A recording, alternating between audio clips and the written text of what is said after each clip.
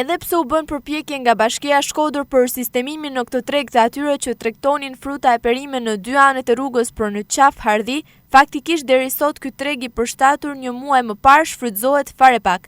Këtu nuk gjenden më shumë se 3 apo 4 tregtar, ndërsa pjesa tjetër është e pazon. Ata që u bindën vendimit për të sistemuar në këtë treg theksojnë se ose duhet të vinë të gjithë të shesin këtu, ose duhet të largohen edhe ata, pasi të tjerët shesin nëpër rrugica e trotuare. O toni tu, o ton rrugë.